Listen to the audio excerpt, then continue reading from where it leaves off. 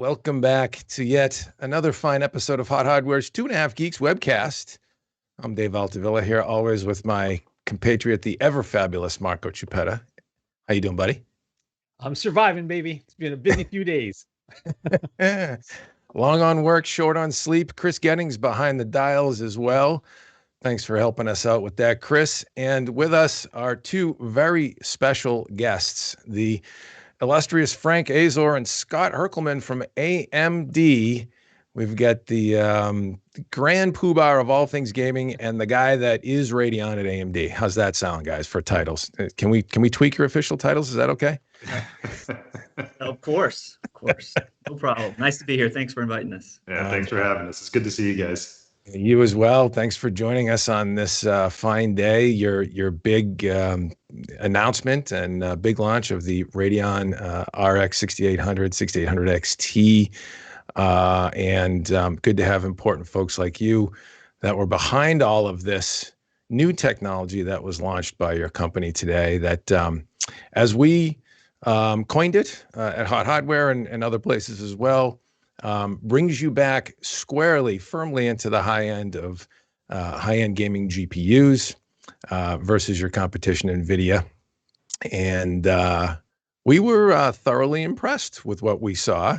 I guess, I'll sort of, without getting, too quickly into the meat of the questioning here, I'll just ask, sort of a softball for you before we turn the wolves on.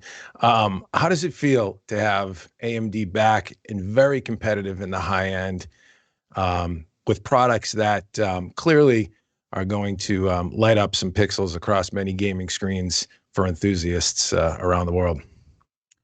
Yeah, sure. First, it's an exciting time. We've been looking forward to this day for many years. As you know, it takes a while to develop a new GPU architecture, and timing it with the console launches was a strategic importance for us. So we've been looking forward to this for a long time. Our engineers today should feel very proud because they produce an absolutely phenomenal GPU. And by the way, I read many reviews. I think they've all been very fair. And we're very excited about the results of our brand new architecture. I think it's going to just improve over time. I think it'll, like we always do, we find new optimizations, find new techniques, and we're back in the high end, and we're going to be competitive in the high end. And I think you're going to see a lot more out of the Radeon group over the next year or so. Yeah, and thank you, Scott. That's agreed. Sounds exciting. By the way, in case you didn't notice, Scott is CVP and GM of the Radeon Graphics Business Unit at AMD. In case you didn't know, that's the official title. Frank Azor is here. He's Chief Gaming Architect of Solutions at AMD. I'm trying to develop the longest title in the world for a person at AMD. but you can see we developed these nice lower thirds for you along with Radeon Red. So. Yeah, how's it feel for you, Frank? Good to have some more tools in your gaming arsenal to work with? Yeah, I came to AMD last July in 2019, and I've witnessed what Scott and his engineering team, and the RTG engineering team, the business team, the marketing teams have gone through since I joined, at least, and a lot of this work, predates me joining. The sacrifice, the long hours, the long calls, the discussions, the debates, the hard decisions. It's moments like today when you finally see the result of all of that work come together that I'm extremely proud of this team, because I've seen them go through that hard work, through that pain and suffering. It is, I thought bringing a computer to market, which I've done for 20 years in my prior life, was really hard. This is at a different level of complexity, bringing a graphics card to market.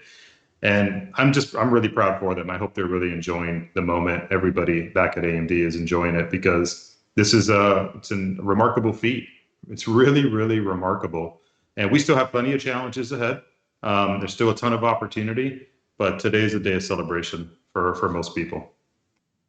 Amen. Yeah, good stuff. I think consumers everywhere, or gaming consumers, PC gaming consumers, are celebrating because there's a lot more choice in the high end now, and a competitive high end graphics arena is always great for consumers.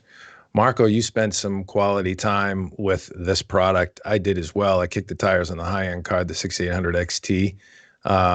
First impressions, and then we can start peppering these guys. You want to go that route?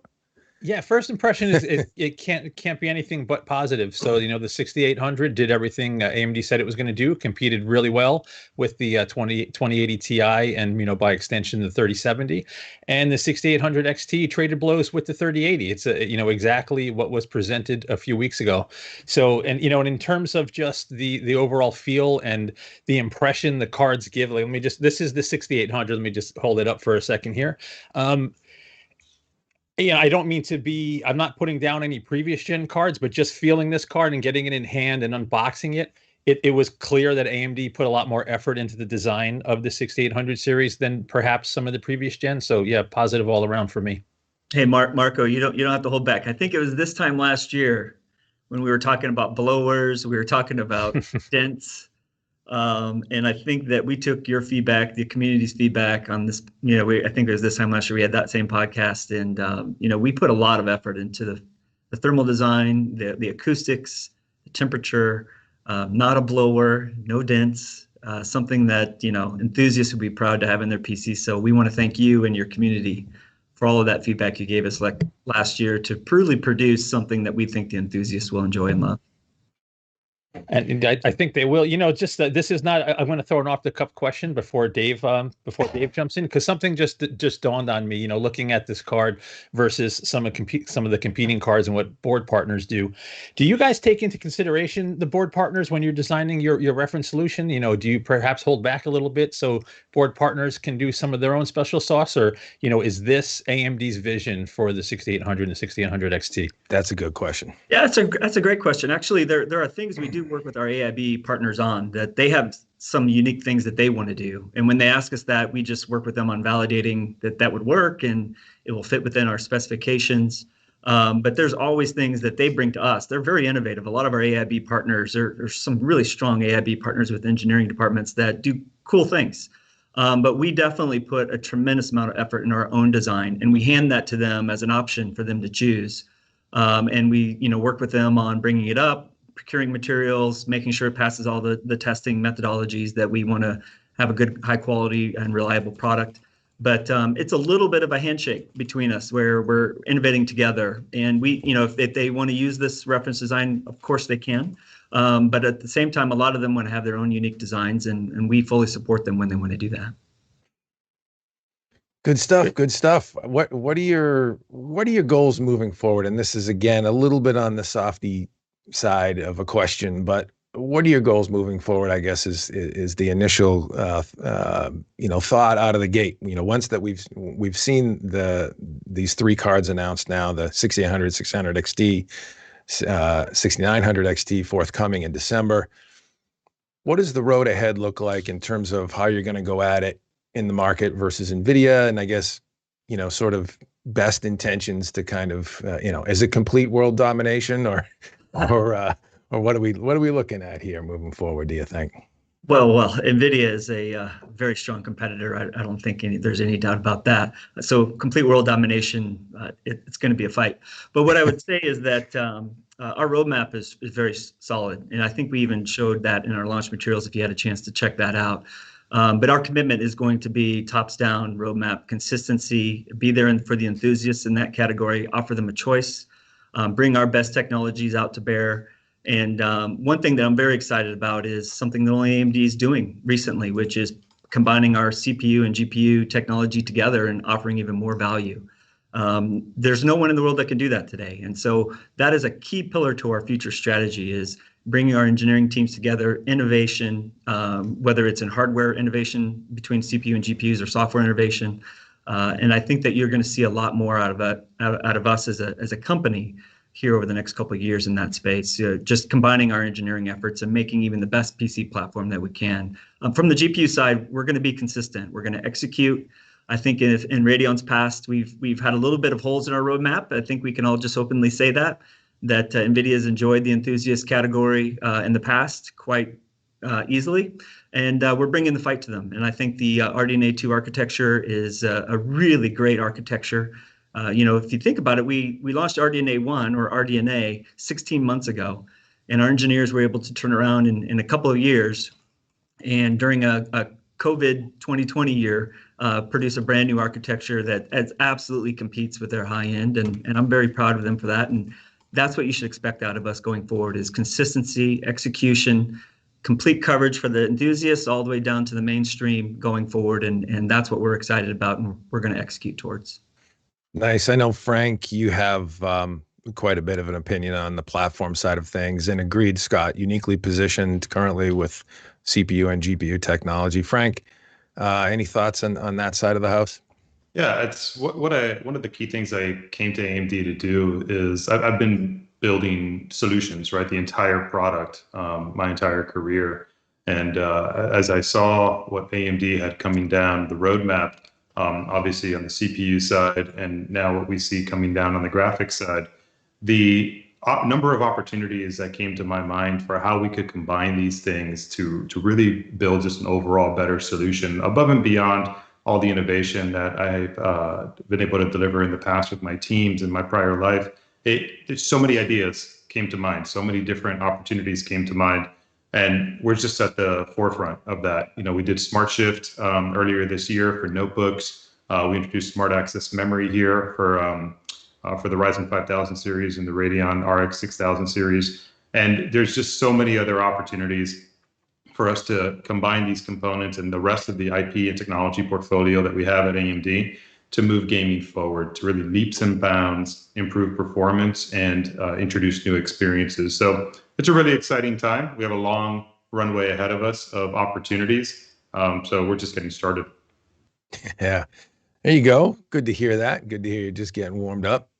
Marco, I know we've got a bunch of questions in the chat. I'm going to turn the question reins over to you. Do you want to field Tech Epiphany, or do we have one before that? Well, I'm just going to do a quick general answer. If you're asking about future product, like we had a question about the 6700, there's no possible way we're going to get an answer today. If you look at history, every GPU company launches a new architecture and it eventually permeates up and down the stack. So yes, you can expect RDNA 2 to come to other cards. When, we're not going to find out on this particular podcast, obviously. I think should we address the elephant in the room, because the natives are restless? What do you think? Do that first? we can address that, and then on the back of that, I think Tech Epiphany with a super chat question has a pretty good question on AIB partner cards as well. So yeah, fire away. So Tech Epiphany asked, happy to see you back in the high end. Why were AIBs and therefore general supply artificially delayed? Assuming that's correct. Will RDNA 1 stay around in the mid range? Okay, let me take the second question first. Okay. RDNA will stay in the mid-range for a period of time until we're ready to replace it. I can't give any more details than that, but it's still an ongoing SKU, and it's a fantastic performer in that price point range, and I think you should buy it. In terms of the first question was AIBs, right? When will they? What about their designs? Is that what the question was, Marco? Yeah, I just scrolled past it. So he mentions, and this may not be correct, he says, so the specific question was, why were AIBs and therefore general supply artificially delayed? AIBs, we always launch our MBA designs first, our reference designs. It allows us to put everything through manufacturing, do validation, and put out a reference design that we believe will be a gold standard for performance. Our AIBs are right behind us. I'm going to let them announce their own dates for shelf. Some are running faster than others, but you won't have to wait long for their supply. And what you'll see is that as of right now, we've been shipping on a daily basis for several weeks now to them, our own ASICs, so that way they could build their own designs, get them out to the market, make sure that there's ample supply, hopefully enough supply for everyone. I'll say the demand lately has been just absolutely crazy in the gaming industry. I'm not sure that day one that we're going to meet everybody's available or wanting to purchase, but I think over time throughout the rest of November and December, you'll see us continue to bring more and more products every day to the shelf and give consumers the opportunity to buy it. And then our AIB's supply is just right around the corner. It's just I can't say when. It's up to them to tell when they're going to hit store shelves, but I think you'll see even their stock start to improve here over the next few weeks to months as they start hitting their own store shelves. Cool. Anything else to add on that, Marco? Well, I was going to say, so You in looked terms of, itchy. well, no, because in terms of general availability, obviously the trolls have come out. There must be some sort of chat going on somewhere that brought some of the trolls into our chat, and it's every other comment is about availability. I'm sure some of these people don't understand what supply and demand is, but there is probably some sort of strategery at play here as well. Can Scott or Frank, can you guys talk about I know you can't give numbers, but can you talk about general availability, what the plan was coming in to try to mitigate what happened today where cards kind of sold out immediately? I could give you a little bit of commentary about that, which is it takes roughly 4 or 5 months by the time you work with the fabs to get a product to the market. And so as we saw our consoles partners go through their pre-orders, and then we saw our competitors go through theirs, I think we reacted quickly to try to bring in as much product as we could. And I do believe we have pretty good supply worldwide. For this type of market in the upper enthusiast category, if you look historically, there is a certain amount of units that are sold every year, historically 100% owned by NVIDIA, because we're not in that space. We projected for a pretty good share growth in this category as we launched this product. But what we've seen today so far is we sold out pretty quickly of all that demand. I think if you look through the rest of this year, every day we've been shipping and we'll continue to ship. We're going to be bringing more products to the market, and our availability will get better as the year comes to a close and then through early next year. So we're shipping every day. That's really the only comment and commitment I can make is we're shipping good amounts. We're hoping to get even more stock. We're trying to pull in supply. It's in our best interest. And by the way, as a gamer, I want you to have my product. There's no way I want to hold back any supply from you. We're accelerating it. We want you to have it. We know you want it, and our goal is to get you that product. It's in our best interest to get you that product as well. I mean, that jibes with me as well. And I'll just throw in a commentary here. I mean, I'm sorry, at a very bare minimum, the more cards you ship, the fewer cards the other guys ship, and vice versa. That's kind of, it's physics almost. So, I would concur that would likely be the case, Scott. We have a couple more questions on that front, maybe. Do we, Marco, or should we move on from the topic of availability? We should do a read mean tweets section on that. Yeah. In my opinion. Can we do that for fun? Why don't we just hit you with a paddle, Frank? Oh, God. You know what? I have a question. That's another one I'm going to do off the cuff because I find it really interesting. We'll come back to some of the chats in just a second. Yeah. Looking back through the numbers and the performance, you guys started building this chip a few years ago. NVIDIA started building theirs a few years ago as well. And you both kind of came out on the other end with products that perform roughly the same. I'm not going to say you guys are exactly the same, but how does that stuff shake out? Is there some inside baseball going on? Are you limited by manufacturing capabilities? It's got to be more than coincidence that at this point the cards are performing similarly. Can you give some insight into that? I think I'll give you some generic insight. I think that you should ask the same to them, by the way, and get their opinion on it. But from our perspective, it's physics. Depending upon what manufacturing node you're in and how many transistors you can pack in there, and then how you arrange all the widgets and how you connect all the widgets together and how you optimize for those and the data flows and the paths inside the chip.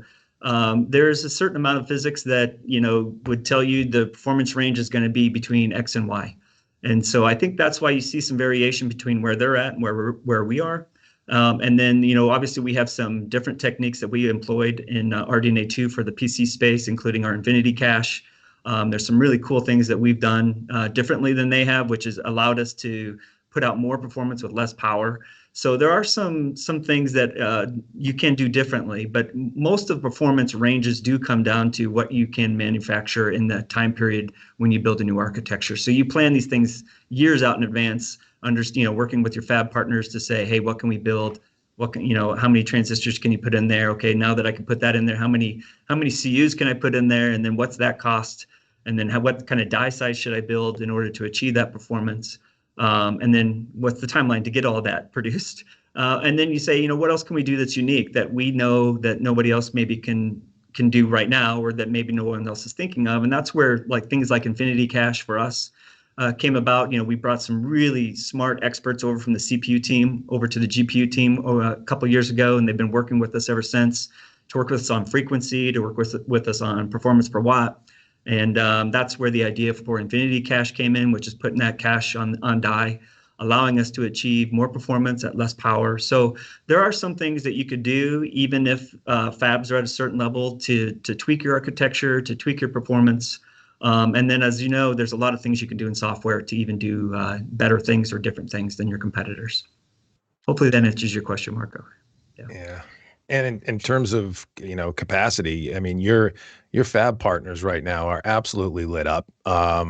You've got PlayStation 5, you've got Xbox Series X, and now, of course, Big Navi coming through the fab pipes. So, I mean, you're pushing a lot of silicon volume, I would imagine. And don't forget, we have Ryzen 5000 series as well. Yes, I left out the CPUs, of course. It's kind of an epic moment in silicon history if you think about it. This Q4 with all these high performance gaming devices converging at the same time. It's an interesting time. Agreed. We did have a question that was interesting, and then we should probably dive into some architecture and Infinity Cache a little bit as well. In the chat, can you please ask how many rasterizers Navi 21 has? In the architecture slide, you see only 4, but if you check the Linux driver, it should be 8. I'm not sure if you can field that or not, Scott, but we can get back to you with that answer. I'm not sure. I don't have that here with me, but we can double click on that for you, and you can post it if you'd like to, Dave. Yeah. Okay. Cool. Yeah. All right, Marco. So let's get into smart access memory and Infinity Cache for a bit. Yeah. So there's some confusion around a PCI Express spec called resizable bar and smart access memory. Can you guys explain sort of what AMD did differently than what the spec calls for, if there is anything different? You want me to take that, Scott? Yeah, sure, Frank. Okay. So smart access memory leverages the rebar, as you call it, base address registry, resizable base address registry technology, but it's not a one-to-one. It's not like smart access memory and rebar are one-to-one. If you just turn it on, suddenly everything just works perfectly.